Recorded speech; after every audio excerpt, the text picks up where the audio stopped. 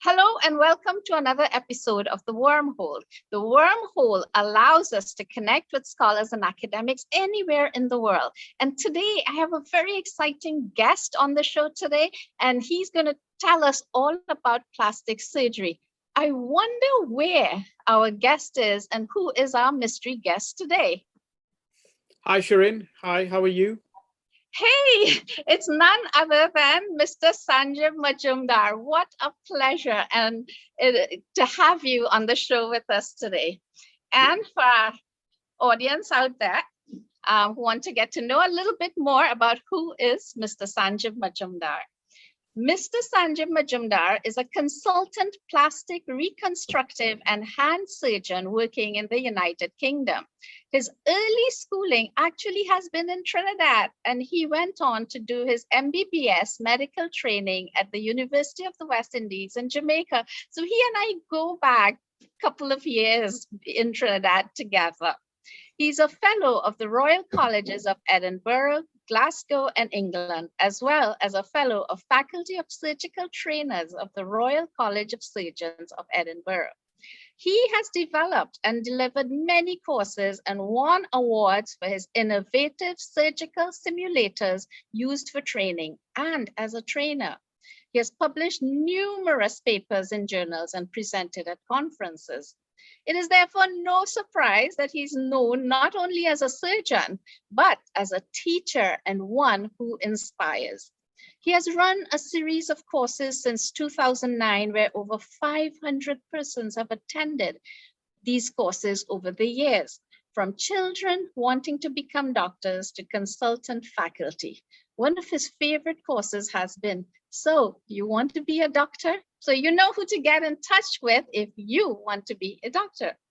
However, two things you do not often find in a plastic surgeon that stands out for me is firstly, that he has been doing humanitarian work around the world.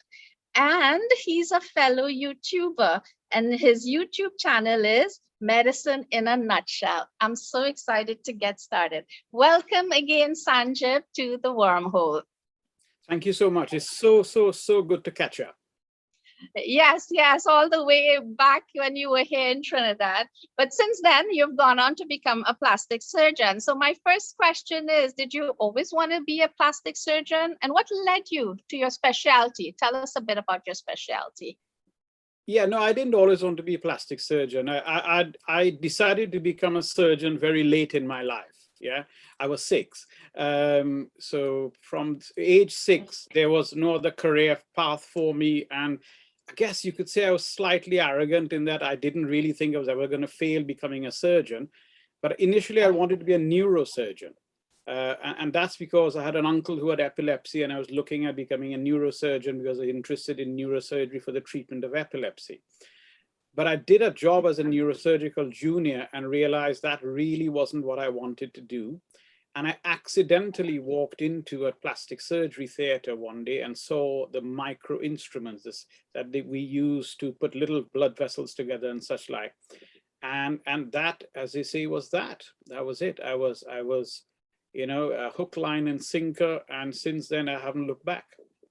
So your specialty is exactly what? Tell me, what is it that you do in your specialty? So I'm a plastic surgeon, and most people think that plastic surgery is cosmetic surgery. It's tums and bums and all this sort of thing. And plastic surgery is that, but so much more, so much more. And it's reconstructive surgery. So I tell all my medical students who don't know what plastic surgery is and think that is bums and tum, that we fill holes. And by filling holes, we mean we reconstruct defects, whether they are functional defects, like you can't move your finger because you've cut your tendons and such like, okay, or you can't move your hand because you've cut your nerves, or the anatomical defects, children born with a cleft lip, ladies who might have had a mastectomy, people who have cancers taken up, people who've had trauma. So that is what I am. I'm a reconstructive surgeon. I don't do any cosmetic surgery, but it's a very broad field. And my subspecialty interest is hand surgery, which is a subspecialty of plastic surgery, if you will. We often get a lot of students watching this program. For someone who wants to get into the field of plastic surgery, what advice would you have for them? I would take it in steps, actually. The first thing is become a doctor. And the first thing actually is decide whether you should be a doctor. Okay. And that's the basis of my course. So you want to be a doctor. Okay. And we can discuss that, what I think about that. But first become a doctor, because most kids actually don't know until they become a doctor what the different specialties are, and then decide whether you want to be a surgeon or a physician or a radiologist or anesthetist, whatever it is. And then you get into surgery, then decide which bit of surgery floats your boat. My thing is that always do something you love. As Confucius said, do a job you love and you'll never work a day in your life. And that's like I do something I love, and it's not a chore to go to work. So that's how I would tell them to get to that. Your passion for what you do is apparent in the range of stuff that you do. So one of the things that you mentioned that in your classes, so I have a question for you, because you're a medical practitioner, you could spend all your time doing surgery, but you teach. Why do you teach, Sanjay? Well, it's quite interesting. I teach because of something that was told to me when I was a medical student in Trinidad by a person who I haven't seen in many years, but still is someone who inspired me greatly. It is a surgeon called Vijay Narayan Singh, who's a surgeon in Trinidad. Okay. And he said there are 3 stages to a surgeon's life. The first is to become a surgeon. The second is to do the work of a surgeon. And the third, terribly importantly, is to train surgeons, and at least one surgeon who you think has been trained up to the standard that they could operate on you or your family.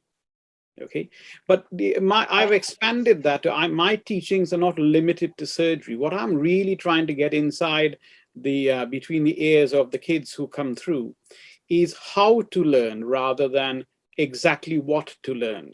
They can pick up the content very easily from Google, but a lot of kids don't actually know how to learn. And as I tell all my registrars when they first start, you've got to learn the ABCs of learning, and the ABCs are accept nothing, believe even less, and challenge everything, which is very different to what happens when they go through medical school, when they essentially asked to swallow whatever is given to them and regurgitate it on an exam paper and then walk off with a good grade.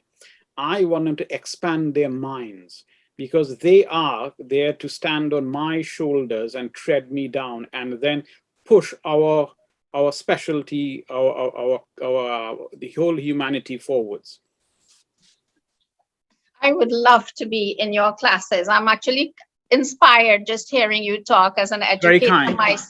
As an educator myself, I've seen the challenges over the years, and as you mentioned, Google and the issue of is there any point in memorizing facts anymore when it's at your fingertips? Back to the importance of the hand, and the idea of actually solving problems and figuring things out. And I have seen that as a challenge actually among my own students, being able to see things that have not been seen, solve problems that no one can see how to do. And that's where it's at, critical thinking.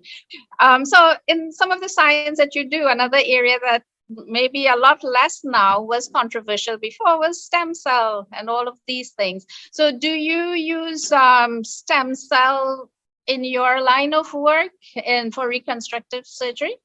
Yeah, so in my personal line of work, I'm not using stem cells, but I'm attached to a burns unit.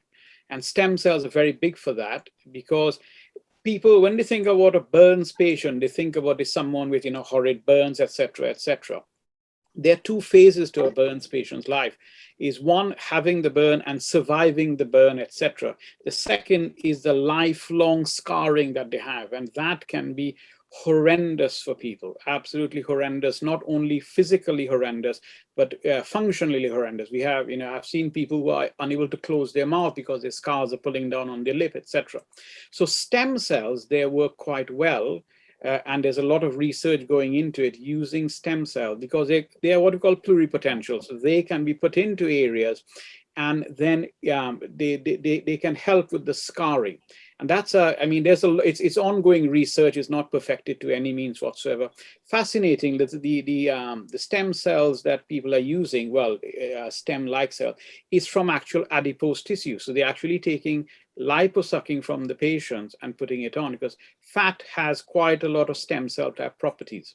Okay, so yeah, again, to come back to the thing is that the technology is not at fault, right? It's the use of the technology that one needs to look at. You can use that technology for a lot of good, and of course, there are all the sort of ethical issues about where do you get the stem cell from, etc., etc. This is all really, really fascinating because I almost feel like we are in the future, the sci-fi we read when we were in high school, Sanjeev, right? Not too long Definitely. ago, not too long ago, 5 years ago. 5 years ago, that's quite right. All right. So one of the things, again, at least I did not foresee was that we would be in a era with this pandemic. How has that affected what you do in your line of work? Yeah, so the pandemic has affected my line of work in the United Kingdom, obviously, significantly, in as much as surgery had essentially stopped, other than essential surgery and all that sort of thing. I think what it has done for a lot of people is focus their mind on what are the correct priorities in their life. Okay, and we've seen that a lot of, I mean, I'm not a person who can work from home, really, obviously. Though I'm trying to work on sending people knives and stuff and say, well, I will talk you through it, right? Perhaps that won't take up, I don't know. All right, but yeah, I think people's priorities have changed, and I have seen that in my patients. Okay, there are some significant indirect negatives that have happened for us because of the pandemic and people staying at home. Mental health issues have significantly increased, and then that manifests into people doing things like self-harming and etc. And the two major ways of people self-harm in the United Kingdom, which have a surgical slant, is cutting themselves. So that comes to us because they have cut their wrists and so with knives or razor blades and so on. And of course, setting themselves on fire. And these are very significant things. And whilst COVID has very much taken the forefront, there's a lot of other stuff happening around that people haven't really picked up on, that the healthcare professionals have. Yeah, it has really been, as a matter of fact, most of our discussion is showing the plus and the minus sides. I mean, in some ways, I think we made some leaps. For example, in my own line of work, we've been teaching fairly effectively online, which we would not have transitioned to as quickly. But some of the challenges that you just mentioned are really heartbreaking to hear that. And I mean, just on that note, honestly, the only reason my YouTube channel started was because of the pandemic and being able to reach out in a different way. All right. So at this point, Sanjeev, something that I mentioned when I introduced you, I really want to hear about is that I know you have been involved in humanitarian work. So tell me, how did you get involved and what is some of the stuff that you've been doing? Right. So, and this is a true story. I was sitting, not stitching, I stitch a lot, but I was sitting watching the BBC News when the Haiti earthquake had happened. And I thought, okay, so I had donated money, as we all do. And I watched a news item about where they said a school had collapsed and essentially all the kids and so had died in there. And I said, look, I could do something here more than just send money. I have the skills to be able to do so. And what had happened is that Médecins Sans Frontières, which was there in Port-au-Prince at the time, their headquarters had got destroyed. So they were not able to mount a response to the Haiti earthquake. So they asked the British Society, the British Association of Plastic Surgeons, if we could help them, mount a response. And that, when that plea came out, I put my hand up, okay, and I was there about 2 weeks after the earthquake. So I was there reasonably early, okay. And what had happened is that's how I went. Now, interestingly, we had to go to the Dominican Republic from the UK via Newark in the US. And when we arrived in Newark and we were waiting for our connection plane, I remember this Norwegian lady from the Red Cross. They were going to Haiti as well. She asked me, have you ever done any humanitarian work before? I said, no, this is my first time. She said, yeah, you realize that once you've done it once, you will never stop doing it. And she was so right. It's like it's like getting infected in a nice way with something. And since then, I go to Sierra Leone, I've been to Bangladesh, I go to Nepal, and I just seek out different places that I go with teams. All right. So when you are, what are some of the moments that really stand out for you in some of this humanitarian work that you do? So I'll tell you about Haiti first of all. In Haiti, we went there. We were English speaking, and Haiti they speak Haitian Creole, which is a sort of a mix of French and other languages. And one of the things you get in there, and the patients come to you, and most of the patients were petrified. And they kept saying, ne coupez pas, s'il vous plaît. And I know enough French to understand, don't cut it off, please. Okay. And because there was a great fear that these people will come to them and will operate on them, will cut their legs off and cut their arms off. When you have an earthquake and things fall, what you get is open wounds and broken bones. And they thought we were there to cut things off. And interestingly, before I left, I had a colleague from our emergency department who said, oh, well, you're going to a low-tech country, you're just going to do a lot of cutting off. And my concept is if you go to a low-tech country, you have to do less cutting off, because a low-tech country really doesn't have the infrastructures to support someone with a disability as much as a high-tech country does. Okay, and I'm a reconstructive surgeon. So in my 2 weeks there, I amputated one person's leg, which was infected to a point where he was sick and it was unsalvageable. And all we did otherwise was to close wounds. Okay, so I think that is quite important. In that stood out for me a lot, and that was a good thing. There was a scary thing that stood out for me. I don't know if you want me to tell you that. Okay. Oh, please. The scary thing was that we were all excited, we're going to Haiti, that's fantastic. We got our team, lots of WhatsApp messages. So we arrived at Heathrow Airport, and this young man came to us and said, oh, we are the team that's going to support you to get there. Hello, how are you, etc. Great. And then he said, oh, can we ask the team, gave each of us a sheet of paper and said, could you write 2 questions? And on the separate sheet, 2 answers, put it in the envelope and we'll seal it. So I said, what's that about? He said, oh, these are called proof of life questions. We put it into a safe. If you're kidnapped, then we will ask the kidnappers to ask you these questions. And if they can answer them correctly, we will know you're alive, and only then we'll pay a ransom. So it's terribly important that when you go to a country to help, you have to realize that we are going there with all good intentions, but there are people out there who are unscrupulous and they're looking at us as the next meal ticket. So that was quite scary.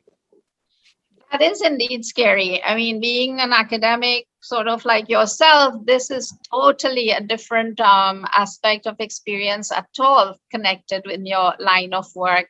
As you say that it has been a very fulfilling aspect of your career. Is that so? I think it's a very selfish part of my career. And I think it's selfish because I get more out of it than I give them, I'm sure. There is, I think I persist in telling my juniors, and I persist in carrying out my life as a surgeon, right?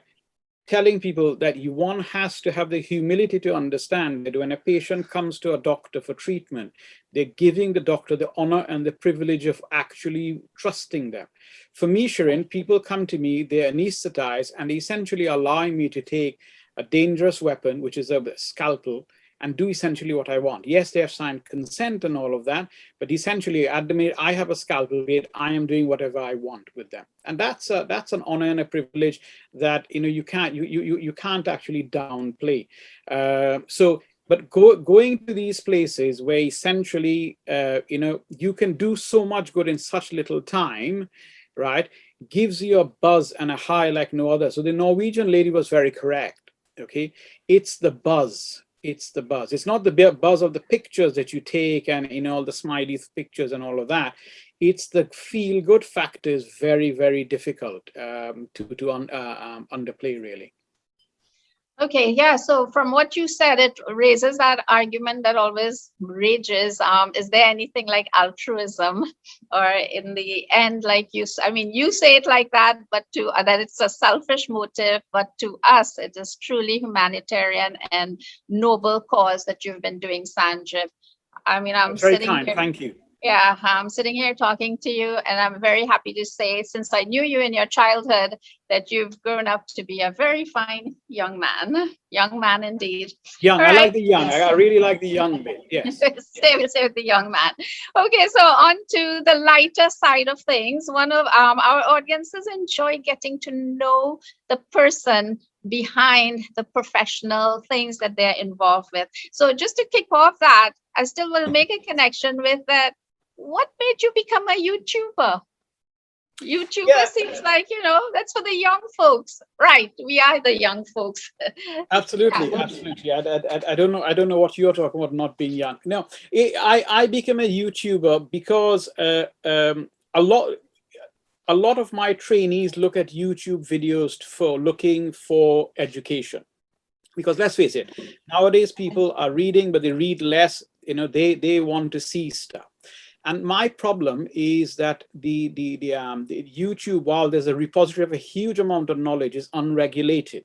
Okay, so I want to signpost my trainees to things that are regulated and a validated source of knowledge. And I came up to the conclusion that actually in the United Kingdom, like any other country, there's so much brain power. Why can't I harness that to get people to put in YouTube? I miscalculated in that there are not as many people who want to go out there and do a YouTube video as I thought they might have. My initial thing was I do a couple of videos.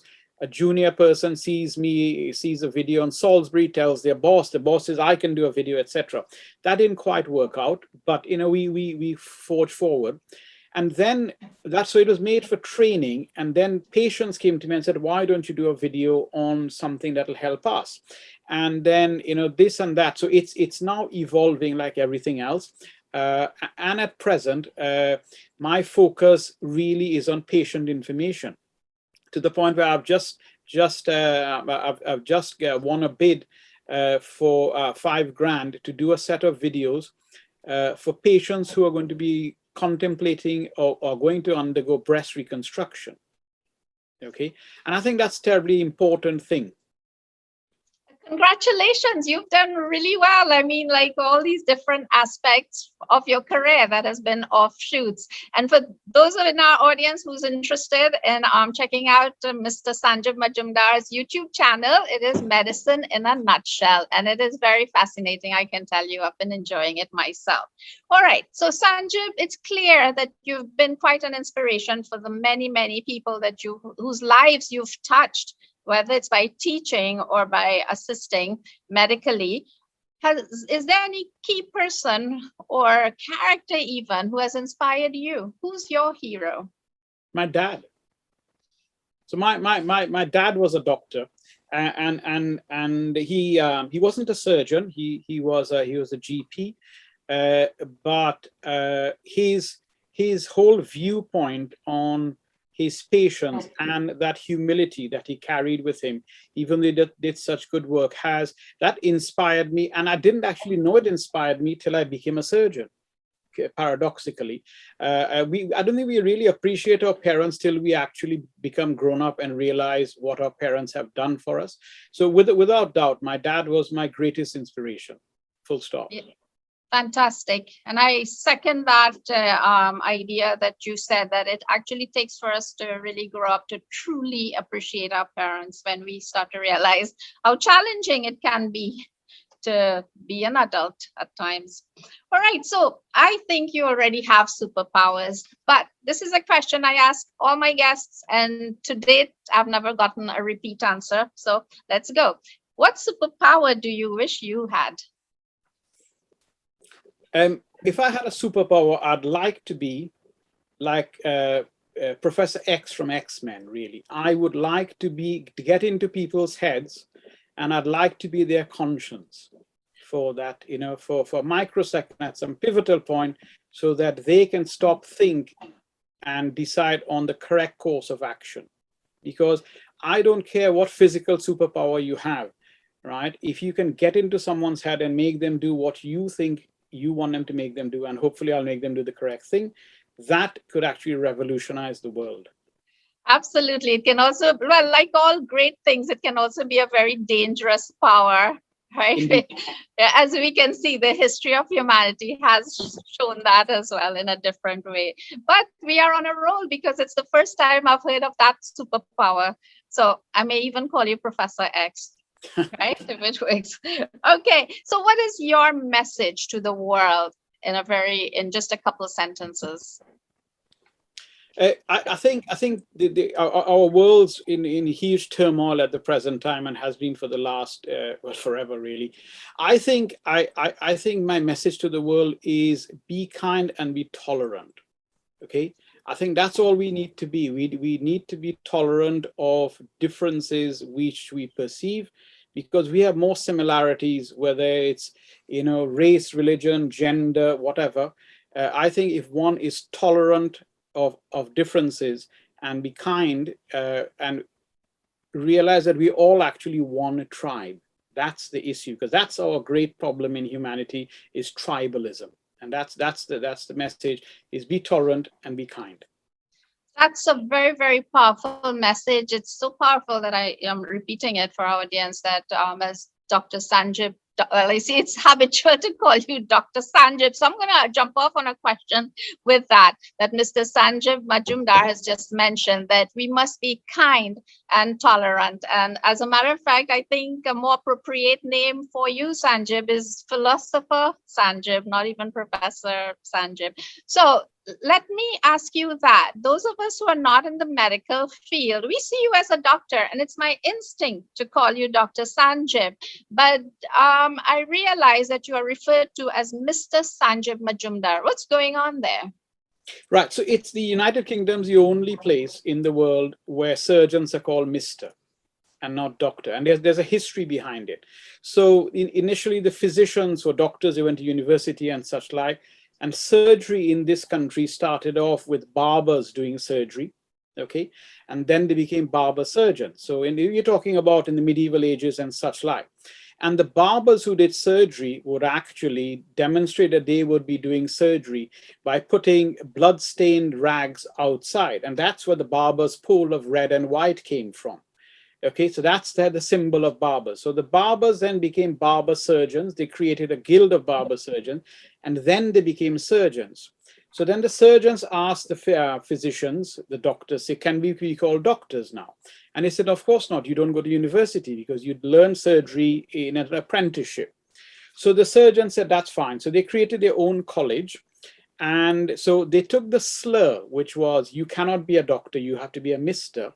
And they put it on as a badge of honor. So when doctors then came to become surgeons, when they finished their surgical training, would have to leave their doctor name, and only then could they call themselves Mr. So in the United Kingdom, when you become a surgeon, when you pass your appropriate exam, you rush off when you get home and take your little liquid paper and take the DR off and put MR or MISS. So it's a huge, huge badge of honor in this country to be called Mr. or Miss. So that's the history behind it. But nowhere else in the world is it like that. And if you go to the United States or Asia or Australia or the Caribbean, they're all doctor. But there's your background. So I wear my MR with pride. That is truly fascinating. And Sanjib, I really did not know the story behind it, and how interesting. And you certainly need to wear your badge of Mr. Sanjib with great honor, understanding all that you have done.